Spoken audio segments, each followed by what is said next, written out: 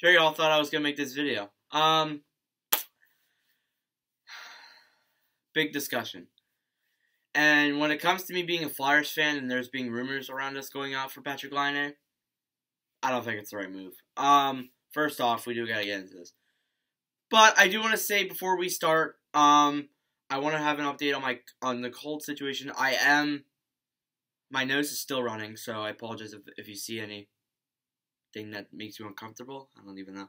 And I am coughing, so if I cough at all in this video, I do want to apologize. So now that I have that I have everything related to my sickness, even though no one asked, out of the way, let's get into the Patrick Laine trade. Is it possible or is it not? So, he was drafted second overall by the Winnipeg Jets, and he came in at a time where Winnipeg needed goal scoring. He came in 2016. Winnipeg was not a good team at the time, and I think that they really needed to improve their offense, and I think Patrick Laine was kind of the start to that. And this was a quote by Carey Price. The puck was already halfway to me before I could even pick it up off his stick. So yeah, he could put the puck in the net. He was one of those guys. He had a wicked shot, and he showed that his rookie season. His rookie season, he had 36 goals, 20 assists for 64 points in 73 games. Very solid statistics for a rookie year. Winnipeg, they got that goal scoring they needed. They couldn't clutch up and make the playoffs, but they nearly did. But they did next season, though. In 2017-18, when I first met Patrick Laine, or first found out who Patrick Laine was. 44 goals, 26 assists for 70 points. That's an all-time high. He scored 70 points in 82 games. He was becoming one of the best goal scorers in the league. He was rumored to go and maybe even score 50 goals the next season. And, Winnipeg, they went to the Western Conference Finals in 2018 against the Vegas Golden Knights. That didn't end the way they wanted it to. But it was still undeniably a great run by Winnipeg. And I think if you're a Jets fan, you were 3 wins away from the finals. So I wouldn't be exactly mad about that. What caused not necessarily the downfall of his career, but the downfall next season? What caused the downfall from 70 points, 44 goals, being compared to Alex Ovechkin, to 30 goals, 50 points, being compared to an average NHLer? Fortnite. Now, I never thought I would be making a video on a hockey channel about Fortnite. But, I do need to give my reflections first. So, first off, for those who don't know, I don't know how you couldn't know. Fortnite is a shooting game. It's a first-person PvP shooter game. There's a ton of them. There's Warzone, which is the best game ever. A bunch of other games that are related to guns. And it came at a time, and Fortnite around that time was a great game. It was really in its prime around there. And, I see why he was playing it a lot. But it really affected his play in the next season. And the game is trash The game is bad right now, by the way. They made so many horrible updates. Anyways, it's off topic. So yeah, in 2018-19, he had 30 goals, 20 assists for 50 points. A very big downgrade from his last season of 44 goals and 70 points. He was benched so many times. You look at his game-by-game statistics, his minutes played. Sometimes he wouldn't even play 5 minutes in a game. Sometimes he wouldn't even play, a full game. He would just, get on the ice. He would play horrible for, maybe 1 or 2 shifts and then get benched. That's really what happened. He had a terrible November of 2018. I don't even think he got a single point in November or around there, to be honest. I mean, next season, 2019-20 was better than the last season. Well, goals-wise. Goals-wise, he's going down. Points-wise, he did better. But, it's just not as... It's just disappointing. He played his career lowest in games. I mean, that was to be expected because of the shortened season, because of apparently a pandemic decided to happen. In 2019-20, he had 20 goals, 35 assists for 63 points. And I guess that's not great points-wise, but you can tell that his goals are going down.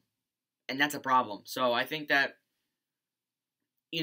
we'll see what he can do this season, but I'm not exactly sure if he'll be on the team next season. He was injured in the 2020 play-in rounds. His career, he's had 138 goals, 109 assists for 247 points in 305 games.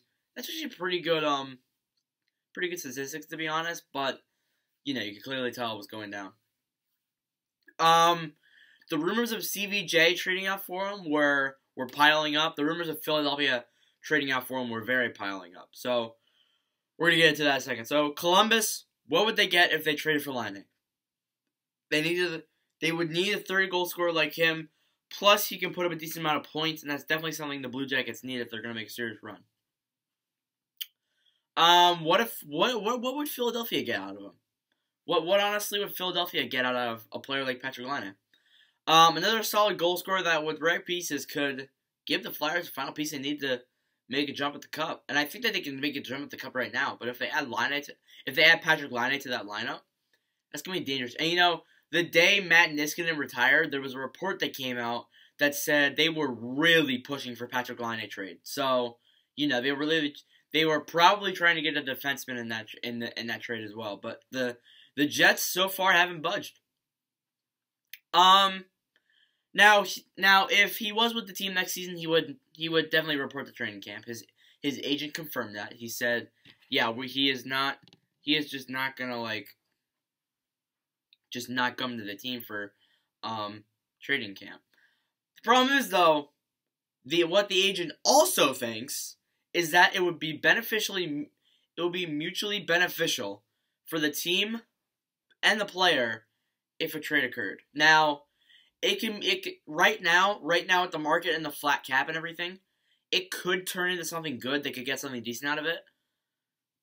But it's really just not worth it right now because, you know, you have the flat cap and not many people are going to go out for, not many people are making trades right now, let alone signings. The league is very quiet right now trying to find out cap dumps and all that good stuff. So the news is really limited.